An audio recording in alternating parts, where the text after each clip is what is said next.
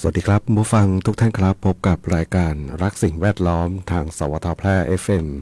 91เมกะเฮิรตซ์ครับเช้าวันอังคารที่ 4 พฤศจิกายน 2568 อยู่กับผมแสวงเป้าเพชรเป็นผู้ดำเนินรายการครับเริ่มต้นกันในช่วงเช้าๆครับให้หน้าให้ตากันไป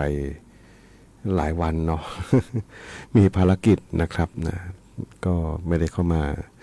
ทำรายการกันตรงนี้นะครับวันนี้เริ่มต้นกันนะสำหรับในสัปดาห์แรกของเดือนพฤศจิกายนนะครับเป็นเดือนใกล้สิ้นปีนะเหลือระยะเวลาในการทำงานในปีพุทธศักราช 2568 นะครับอีกเดือนกว่าๆเนาะเดือนกว่าๆเฉลี่ยประมาณผมว่าเดือนครึ่งแหละ เพราะเดือนธันวาคมนี่มีวันหยุดอยู่หลายวันนะครับบางทีไม่ได้เป็นวันหยุดนักขัตฤกษ์หรอกแต่ว่าบอกว่าลาหยุดลาพักเนาะเพราะว่าจะได้พักผ่อนบ้างนะครับหลายๆคนต้องการพักผ่อนเนาะร่างกายเรามันจะเป็นเครื่องจักรเครื่องยนต์เนาะเครื่องจักรเครื่องยนต์ยังต้องพักต้องหยุดเลยเนาะต้องมีเวลาของมัน มนุษย์ก็เช่นเดียวกันเนาะก็ต้องการพักผ่อนบ้างนะครับไม่มีมนุษย์คนไหนทำงานกัน24ชั่วโมงด้วยตัวคนเดียวหรอกนะครับวันนี้พบกันกับช่วงเวลาของรายการรักสิ่งแวดล้อมนะครับมาเช้าวันนี้อากาศเย็นนะอากาศช่วงเช้ามืดมาเช้ามาเข้าเวรก็ประมาณสัก24องศาเซนเซียสนะอากาศก็พอได้เย็นเนาะกลางค่ำกลางคืนนี่เย็นสบายเพิ่มขึ้นละบางบ้านบอกไม่ต้องเปิดแอร์ละ ประหยัดพลังงานเนาะใช้เปิดหน้าต่างรับลมข้างนอกอากาศดีในช่วงนี้อย่างไรก็ตามเนาะก็ยังมีไม่รู้ว่าฝนหลงฤดูปะหรือเปล่าเนาะเจ้าพายุนะที่มันไม่รู้มายังไงนะ คันแมกีใช่ไหมคันแมกีเนาะมาก็น่าจะส่งผลกระทบกับประเทศไทยเราบ้างนะทางภาคอีสานภาคอีสานเนาะเพราะเป้าหมายนี่อีสานตอนกลางนะครับวันนี้นี่น่าจะอยู่แถวฟิลิปปินส์นะครับเมื่อเช้าดูในจุดศูนย์กลางอยู่ตรงฟิลิปปินส์พอดีเลยนะพายุลูกนี้ที่จริงมันมีอีกลูกตามมาอยู่นะแต่ว่าน่าจะไกลบ้านเราเยอะนะทำไมนะอยากจะมาเที่ยวเหนือกันยังไง นะพากันมานะตั้งแต่ลูกแรกๆแล้วนะขึ้นมาเหนือหมดเลยเนาะแม้แต่ลูกไอ้เจ้าอะไรหลังสุดนี่แหละนะก็ถ้าไม่มีอากาศเย็นอากาศหนาวนี่ก็ไม่แน่นะอาจจะมาถึงทางเหนือเรานะครับเจ้าอะไรคันแมกกี้นะครับก็เป็นพายุอีกลูกหนึ่งนะที่แรกคิดว่าจะหมดไปแล้วเนาะยังมีส่งท้าย นะครับก็ติดตามนิดนึงเนาะเพราะว่าบ้านเราก็มีฝนตกอยู่นะครับอะไรที่หลายแห่งนะแต่อากาศดีขึ้นอากาศเย็นลงเนาะมีความชื้นสูงนะครับก็ดูแลสุขภาพร่างกายกันด้วยครับท่านผู้ฟังที่ติดตามรับฟังอยู่ครับสำหรับบทเพลงเพื่อชีวิตเหมือนเดิมครับทางโทรศัพท์0545235516ครับแฟนเพจก็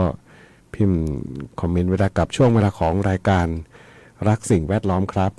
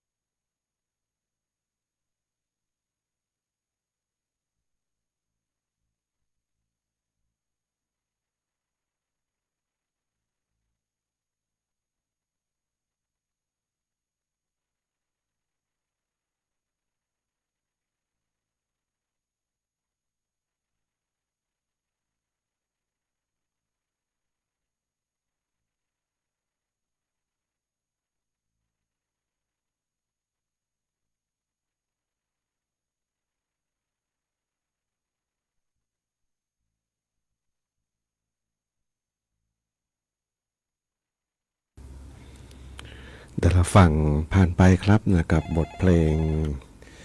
หญิงสาวผู้จุดประกายฝันนะชื่อเพลงเขาเป็นบทเพลงของคุณสีเผือกคนด่านเกวียนครับที่เราฟังตามถึงเข้ามาในช่วงเวลาของรายการรักสิ่งแวดล้อมทางสวทแพร่ FM 91เมกะเฮิรตซ์ครับนะขอบคุณทุกฟังเนาะติดตามรับฟังทางไทยช่วงนี้ทำไมนะกระทอนกระแท่นเหลือเกิน ชีพจรลงเท้านะมีภารกิจหลังจากนี้น่าจะนะหยุดอะไรก็ได้นะอยู่ประจำจัดรายการให้ฟังได้เป็นปกติแล้วล่ะเนาะภารกิจอื่นๆที่ประชุมบ้างอะไรบ้างก็น่าจะแผ่วจางไปนะครับนะวันนี้เริ่มต้นกันในช่วงเช้าที่อากาศดีนะสดชื่นนะหลายคนบอกนะช่วงนี้อากาศเริ่มเย็นลง20เท่าไหร่25องศาเนี่ยเพราะว่ามันก็พอดีเนาะพอดีแต่กลางวันบ่ายๆจะร้อนสักนิดหนึ่งนะครับอากาศดีสดชื่นฝุ่นละอองก็ยังไม่มีนะมีความชื้นสูงนะครับนะสิ่งเหล่านี้นะเป็นสิ่งที่ควรที่จะช่วยกันรักษาไว้นะครับนะอย่าไปสร้างให้มันเกิดควันเกิดมลพิษขึ้นมาเนาะนะครับนะมันจะทำลายการท่องเที่ยวนะการท่องเที่ยวนี่ว่ากันว่าเป็นสิ่งที่ก็เลยได้มาโดยที่แทบไม่ต้องลงทุนอะไรนะครับมีธรรมชาติมีหลายสิ่งหลายอย่างที่ทั้งในบรรพบุรุษเราสร้างเขาไว้เนาะแหล่งศิลปะวัฒนธรรมต่างๆนะมีธรรมชาติที่เป็นธรรมชาติอยู่แล้วนะยิ่งถ้าเราไม่ไปทำลายเนี่ยนะมันจะมีความงามอย่างมากเลยนะโดยเฉพาะทางภาคเหนือเรานะครับนะเชื่อว่าทุกคนต้องการนะแหล่งที่เป็นธรรมชาติจริงๆนะแต่ว่า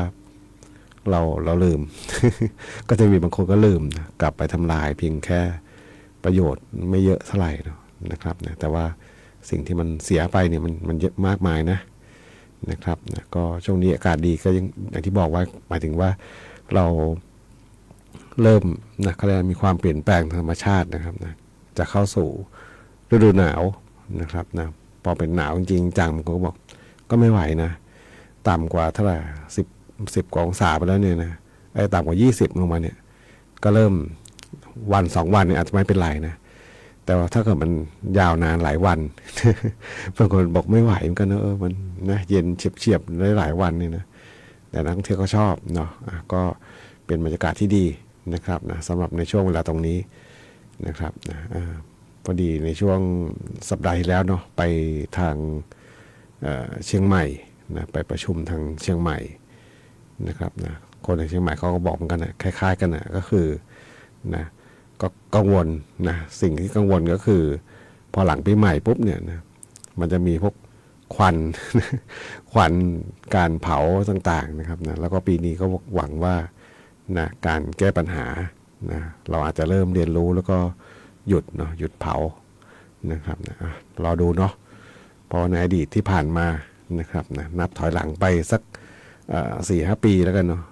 มันเพิ่มขึ้นนะครับนะการเผาพื้นที่ป่าทั้งหลายการแผ่วถางการเรียกว่าทำมาหากินแบบใช้วิถีชีวิตที่มันผิดไปจากเดิมนะลุกพื้นที่มากขึ้นนะครับนะส่งผลกระทบนี่กลับมานี่ต้องบอกว่าเยอะนะครับนะไหนจะเรื่องของโรคภัยไข้เจ็บอีกนะครับนะที่ส่งผลกับสุขภาพของเรานะครับไปฟังเพลงกันต่อครับกับช่วงเวลาของรายการรักสิ่งแวดล้อมทางสวทแพร่ FM 91เมกะเฮิรตซ์ครับ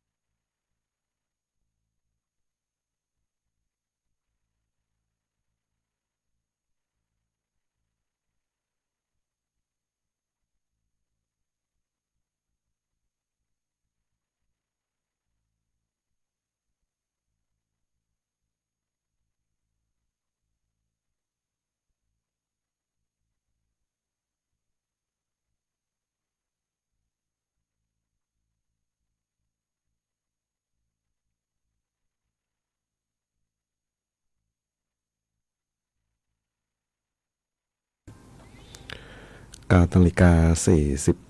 นาทีครับกับช่วงเวลาของรายการรักสิ่งแวดล้อมทางสวทแพร่ FM 91 เมกะเฮิรตซ์ครับนะสำหรับบทเพลงเพื่อชีวิตที่ท่านผู้ฟังถามถึงก็มาครับนะก็เป็นบทเพลงที่ฟังสบายๆนะครับนะสำหรับงานเพลงแดดสุดท้ายครับช่วงนี้นะเรื่องของฟ้าฝนนะที่บอกไว้ก็คือเจ้าพายุนะที่น่าจะส่งผลทางภาคอีสานนะครับนะคันแมกีนะจะเข้ามาทางน่าจะอีกหลายวันเนาะ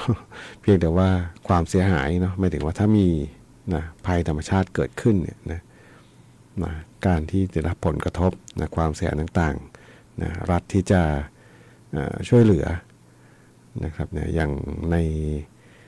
ปีนี้จริงปีนี้มีเยอะเลยบ่อยครั้งเลยเนาะเมื่อวานนะก็เห็นข่าวบอกนะทางโฆษกรัฐบาลบอกว่าวันนี้นะหมายถึงเมื่อวานนี้นะมีการโอนเงินช่วยเหลือเนี่ยเข้าบัญชีเป็นเขาบอกเป็นครั้งแรกนะให้กว่า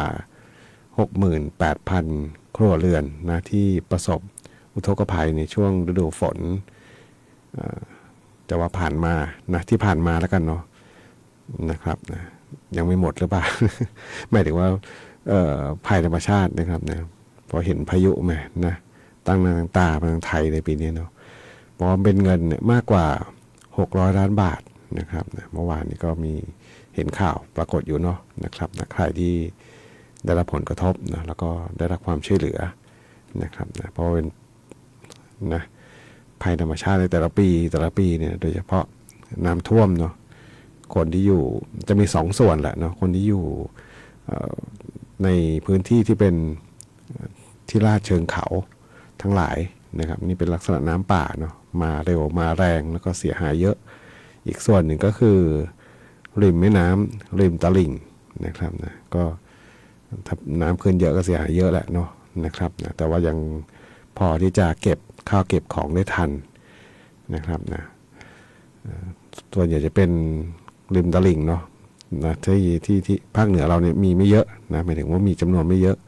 ถ้าเทียบกับทางภาคกลางนะภาคกลางนี่เยอะมากเนาะโดยเฉพาะพื้นที่ที่อยู่แถบลุ่มน้ำทั้งหลายนะครับนะซึ่งเดิมเนี่ยนะมันเป็นวิถีชีวิตเนาะของคนรุ่นหนึ่งนะที่ใช้เส้นทางทางน้ำนี่แหละเนาะเป็นการทั้งคมนาคมทั้งสร้างบ้านเรือนนะครับนะอยู่ใกล้แหล่งน้ำแล้วก็ใช้ประโยชน์จากแม่น้ำนะครับเป็นหลักเนาะฉะนั้นชุมชนโดยส่วนใหญ่นะก็จะอยู่ริมแม่น้ำนะเมืองแพร่นี่แหละไม่ใช่เมืองแพร่อยู่ห่างหน่อยเนาะนะส่วนสุโขทัยนะชัดเจน ติดริมน้ำเนาะอุตรดิตถ์ก็ใช่นะนะเลาะล่องไปเนี่ยนะก็ส่วนใหญ่จะติดริมแม่น้ำทั้งนั้นนะก็พอน้ำถึงฤดูน้ำหลากเนาะในอดีตเนี่ยนะเป็นลักษณะบ้านเรือนใต้ถุนสูงเนาะความเสียหายมันก็น้อยแล้วก็ใช้พาหนะคือเรือนะจากนั้นเนี่ยความเสียหายมันก็ย่อมเกิดขึ้นน้อยมากเนาะแต่ปัจจุบันเปลี่ยนวิถีชีวิตเปลี่ยนนะความเป็นอยู่ต่างๆบ้านเรือนที่อยู่อาศัยเปลี่ยนไปนะพอมีภัยธรรมชาติแบบนี้เกิดขึ้นก็จะมีความเสียหายค่อนข้างเยอะนะบางพื้นที่นี่เรียกว่าท่วมแช่ขังกันไปนานเลยเนาะนะครับนะอย่างบ้านเดิมผู้จัดรายการเนี่ยบ้านเกิดเมืองนอนเนี่ยนะน้องสาวบอกปีนี้นี่คือน้ำไม่น้ำนะขึ้นสูงนะแต่ว่าเขามีวิธีที่จะป้องกันนะเข้าใจว่าหลายๆที่ก็คล้ายๆกันก็คือทำคันกั้นน้ำเนาะนะทำคันกั้นน้ำเทศบาลอบตต่างก็ทำคันกั้นน้ำนะครับนะเพื่อที่จะไม่ให้ท่วมในพื้นที่ที่อยู่อาศัยนะถวายอีกด้านหนึ่งพอเวลามีฝนตกเยอะอย่างเช่น1-2 วันที่ผ่านมาผมมีฝนตกเยอะเนาะภาคกลางนะสุดท้ายก็ต้องสูบน้ำออก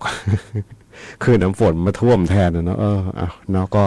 ต้องสู้ชีวิตกันไปเนาะนะตราบใดที่เรียกว่าเรา